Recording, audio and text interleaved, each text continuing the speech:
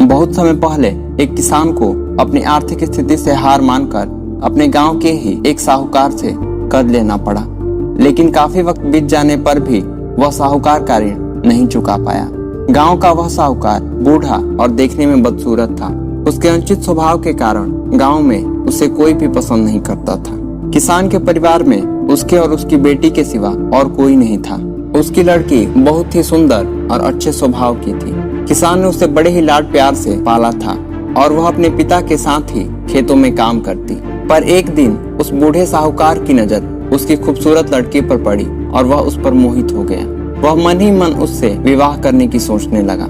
लेकिन उसे पता था कि किसान अपनी लड़की का विवाह उससे कभी नहीं करेगा और उसे यह भी मालूम था कि किसान इस समय ऐसी स्थिति में नहीं है कि उसका कर्ज चुकता कर सके। इन सारी बातों को मन में रख वह स्वयं ही एक दिन किसान के खेत की ओर जाने वाले रास्ते पर जा पहुंचा। रास्ता छोटे छोटे कंकड़ पत्थरों और रेणियों से भरा पड़ा था।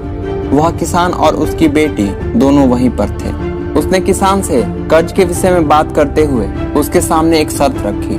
शर्त यह थी कि अगर उसने अपनी लड़की का विवाह उससे कर दिया तो वह उसके सारे ऋण माफ कर देगा, वो भी ब्याज सहित। साहूकार की इस अजीबोगरीब शर्त से किसान और उसकी बेटी भयभीत हो गए।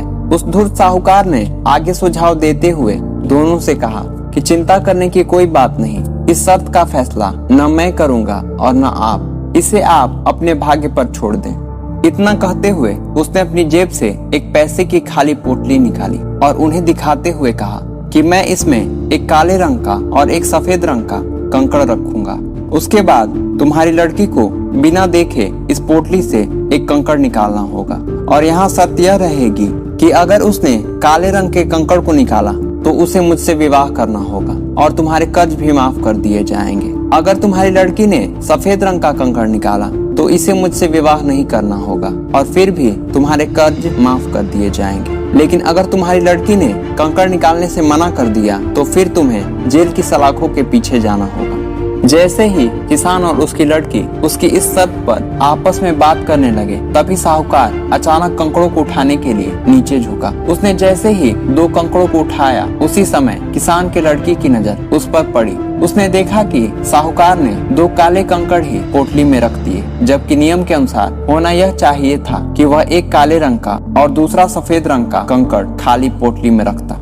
उसके बाद साहूकार ने लड़की को पोटली से एक कंकड़ निकालने के लिए कहा। किसान की लड़की ने साहूकार के कहे अनुसार ही पोटली से एक कंकड़ निकाला और उसे बिना देखे हुए जानबूझकर कंकड़ को पत्थरों से भरे रास्ते पर धीरे से उछाल दिया, जिससे जल्द ही वह काले रंग का कंकड़ भी अन्य कंकड़ों में मिल गया।